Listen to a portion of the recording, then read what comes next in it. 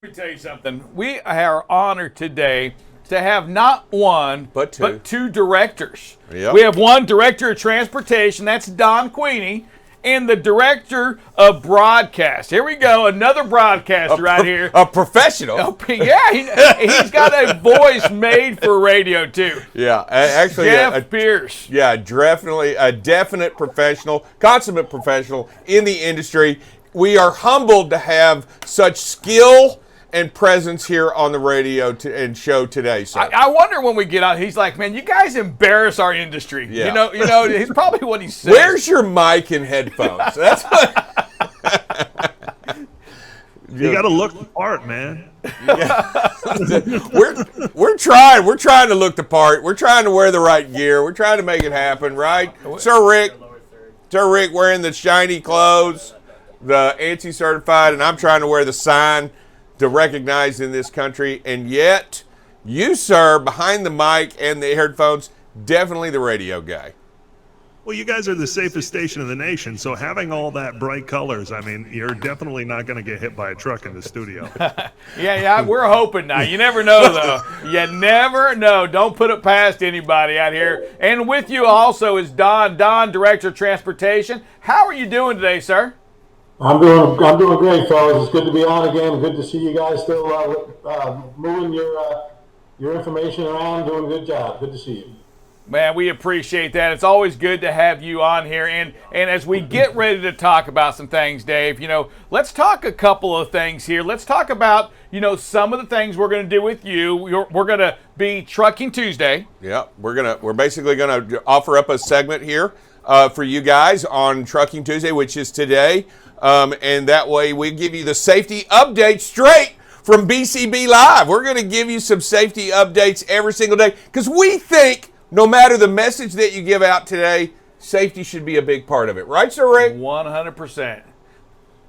Every Tuesday is Truckin' Tuesday on Wreaths Across America Radio, so you guys will be on at 5 Eastern today. I know. I'm so jealous of that voice, man. Golly. Wow, Jeff. Do you do something with the mic, or is that just it? I need to get that.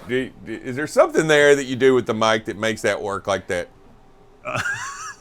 Unfortunately, people say, you got a great radio voice. Really, it's my voice, and it just happens to work this way. So I've been blessed. But you guys are on today. You're going to do a safety update for us, and every Tuesday going forward. And what I'm super excited about also is the fact that Sir Rick has signed off on being a sponsor for our Escort to Arlington coverage on Wreaths Across America Radio, which we're going to be kicking off right around Thanksgiving on Wreaths Across America Radio. And what that is Columbia Falls, Maine, is where our headquarters is, where the wreaths are made to honor our veterans.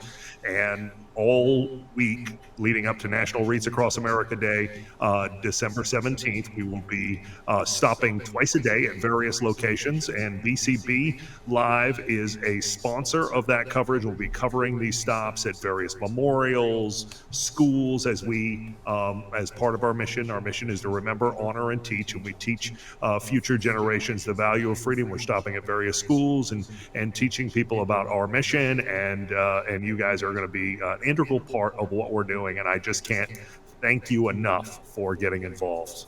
And as we sit here and talk about it, I just want everybody to share that may not know everything about Wreaths Across America. How many stops across this country do you guys make in this time frame? So in the Escort to Arlington, it's only from Columbia Falls, Maine, which you go to the middle of nowhere, you take a right, it's right there, and then all the way to Arlington National Cemetery, and that's the Escort to Arlington. It takes about a week. But we're in 3,400 locations nationwide. So the 3,400 locations in all 50 states and Guam, which Don can explain the shipping nightmares that go to Guam, but he got it done, and he got the wreaths there, and they were looking good this past year. And so all 50 states. So last year we laid 2.4 million wreaths to honor our veterans on National Wreaths Across America Day this year, and we ended the year at 3,129 locations. This year we're already at 3,400 committed locations to participate in National Wreaths Across America Day on December 17th, and we're always accepting new locations. Locations are generally cemeteries, they're monuments and memorials as well, but generally cemeteries. Goal is to honor every veteran with a fresh, balsam remembrance wreath. That's an amazing. Don, from the first year you started doing this to today, hey, walk me through some of the logistic challenges you had day one and even today, as big as you are, as much as you get people to participate and help do this. Talk to me about just the change over the years. So some of the things that are challenging are so unique to trucking, and it's because a lot of these stops become very, very personal to the drivers. So we have drivers that have been doing this for years, and let's say they started 6 years ago and they had 3 stops, and they become personal and friendly with the folks that are our volunteers at these stops. So those 3 stops grow. Sooner or later, it all won't fit on one truck, and we have to take one of those loads off. And it was like breaking somebody's heart to find out that, what did I do wrong? Why is it I can't have this stop with Mrs. McGillicuddy, because I love her so much.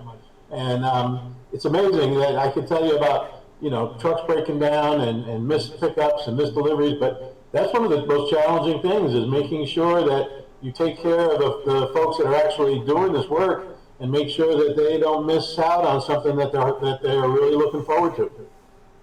When you have, and as you talk about it, when you have so many stuff, 3,100 different locations, how many volunteers or how many people are truly involved? Because it must be many, many more than just the location. How about how many people are truly involved in this? Yeah, so go ahead.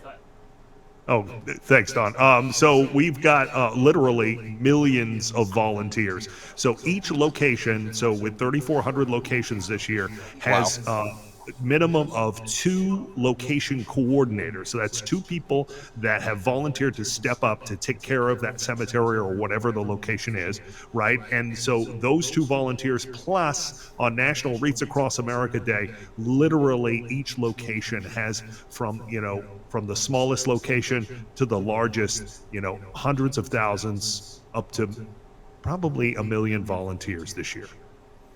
Wow.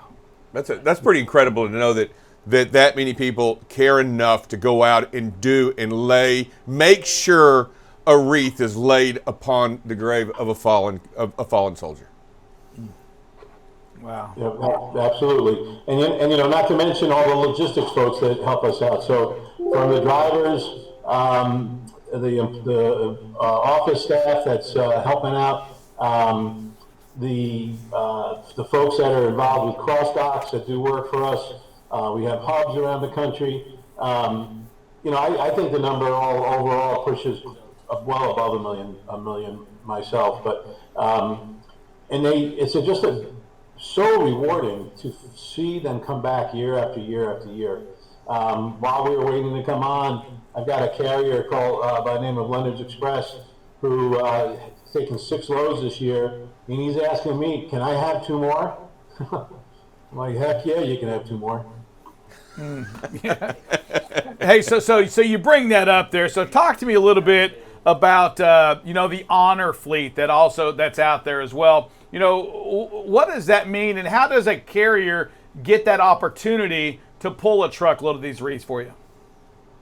So we call them honor fleet because it is an honor for them to do what they're doing, and it's an honor for us to have them doing it. A way to get involved would be to just contact us. I can lay out my team's email address at waacrossAmerica.org. What we'll do is we get them registered. Certainly we vet all of our carriers just like any good shipper would. I want to shout out to NFI, who does that volunteer, who vets every one of our carriers for us. And then we try to pick a load that fits. My goal is always to get a load that is close to their corporate headquarters, or maybe if they know who the driver is going to be already, to try to find something close to his home, or maybe where he tells us where his grandpa might be buried from World War II, and we want to try to get him in there. So we'll try to match up a load, and we can't always, unfortunately. But when we once we have a carrier on board and we're rolling with them a couple of years, little by little, as long as we keep our notes real good and we do try the best we can, we'll find them the load that fits them perfectly. And it's just a matter of getting up to Maine and picking up that load. We do have probably 35 or 40 carriers that will haul to our cross docks for us. So those cross docks are in St. Louis, Richland, Mississippi, Phoenix, San Jose, and Tacoma. And we can also pick up, carriers can also pick up from there as well. But anytime a carrier comes to Maine for a load that could have gone through the cross dock, I look at that as 2 loads because they're saving me the 1 load to the cross dock. So our honor fleet is going to be over 600 loads, over probably close to 400 carriers, if not more this year. And just last year at TCA's convention, we awarded 17 different carriers with their 10th anniversary, hauling for us 10 years consecutive. Why? And go Look ahead. at this. Hey, Don, with with the challenges that we have today in today's market, we have high fuel cost, right? I mean, as high as we've ever seen, expected to even surge in that fourth quarter, and we don't have quite the same years we had last year out there on that spot side of the market. What kind of challenges can you really expect this year, say, as opposed to last year or the year before? I just got to tell you, I have not seen anybody tell me yet that they cannot do this because of fuel. We have a good partnership with the National Association of Independent Truckers, who give us a nice donation for the true independent owner-operator, and we can supplement some fuel with that donation. But I was really surprised. I was expecting to see and hear more of this, and almost to the contrary. I'm not hearing it, and I'm actually had a few carriers say they want to step up and do a little bit more. So the fuel can be a problem, and we're going to do the best we can to try to make sure at least the owner operators get what they can, because I've been in transportation for 40 years, and the cost of doing this is high. It's a very big donation. It isn't just the origin to destination with our wreaths. It's the deadhead to our rural location. It's getting off your beaten path and off your normal route maybe. And even back last year, I know the rates were different, but I put the value at each and every load at an average of $10,000 of in-kind donation. So it's an amazing donation that the industry is giving us each and every year, and it does not go unnoticed. We couldn't thank them enough. Jeff, and as we sit here and talk about this, why do people keep coming back? I mean, for people that are joining in at BCB Live, please tell us why they continue to come back, why they continue to grow, why this continues to grow. Just kind of give us an insight to that. It's got to be the experience. It's got to be. It's not bumping a dock in the dark of the night and waiting to be loaded and then dropping a trailer somewhere and going home. It's that personal connection to your deliveries, or it's the connection up at Origin and meeting some of the good folks at our driver's lounge. We have a thing called First Mile Driver Experience, where we try to give them a taste of it up front. Maybe it's the beautiful smell every time they open up the trailer doors. I don't know. But it's really it's very fulfilling, and I guess I would use my own example. I mean, quite frankly, when I picked up my first load of wreaths, I was in a situation where it wasn't very pleasant loading. It wasn't anybody's fault. The weather was bad, and all of that. But I think they knew what they were doing, because they had me take a load into Arlington. And that morning, when we got back to our trailers, and at 7 o'clock in the morning, there were 400 people lined up behind my trailer, as quiet and somber as you could ever believe, just waiting to take 2 wreaths. And you don't just walk. Well, you can walk to Arlington. You don't just drive up and park. You gotta figure out how to get there. And so that was just so amazing for me. And I believe it's that personal interaction, the opportunities to hear veterans' stories, to hear a Gold Star mother thank you for what you're doing. All of those interactions is food for the soul, and keeps them all coming back. Yeah, Don, I'm just going to say, I mean, just hearing it, your story right there, I mean, it'll bring a tear to anybody's eyes. It just, I mean, and Dave, yeah, I don't know what that answer is other than it's doing the right thing, right? It's doing something for your country, doing something for somebody else, and appreciating somebody else. I think there's a lot of power in there. Yeah, I think it's a moment to heal. I think it offers us a chance as a country to heal together and to share in the experience, and I appreciate everything about what it is you're doing, what it is you're providing, and how important it continues to go forward. I mean this has to continue, and it has to continue to go forward. Yeah, for certain on that. Gentlemen, I want to thank you for being on the show. We're going to have to cut it off here, but I just want to say, hey, thank you. We're not going anywhere. We look forward to our Tuesday segment. I cannot wait to be part of this and to help you to be another avenue to help make this successful. Drive Safe Dave, we owe it to the veterans. We owe it to America and to all of those that have fallen to do all we can to help out. Jeff, Don, thank you so much for joining us on the show today on BCB Live. Drive safe, should we? Yeah, before you get out of here, I just want to ask, do me a favor. I want you to say your name, who you're with, and that you're watching BCB Live, the safest station in the nation. Can you do that? Jeff, you go first with the voice. Okay, thanks. No pressure. I'm Jeff Pierce, Director of Broadcast and Media Partnerships for Wreaths Across America, and you're listening to BCB Live, the safest station in the nation. All right. Tough one to follow, Don. It is, but I can get my fancy mic up too. I got a fancy mic.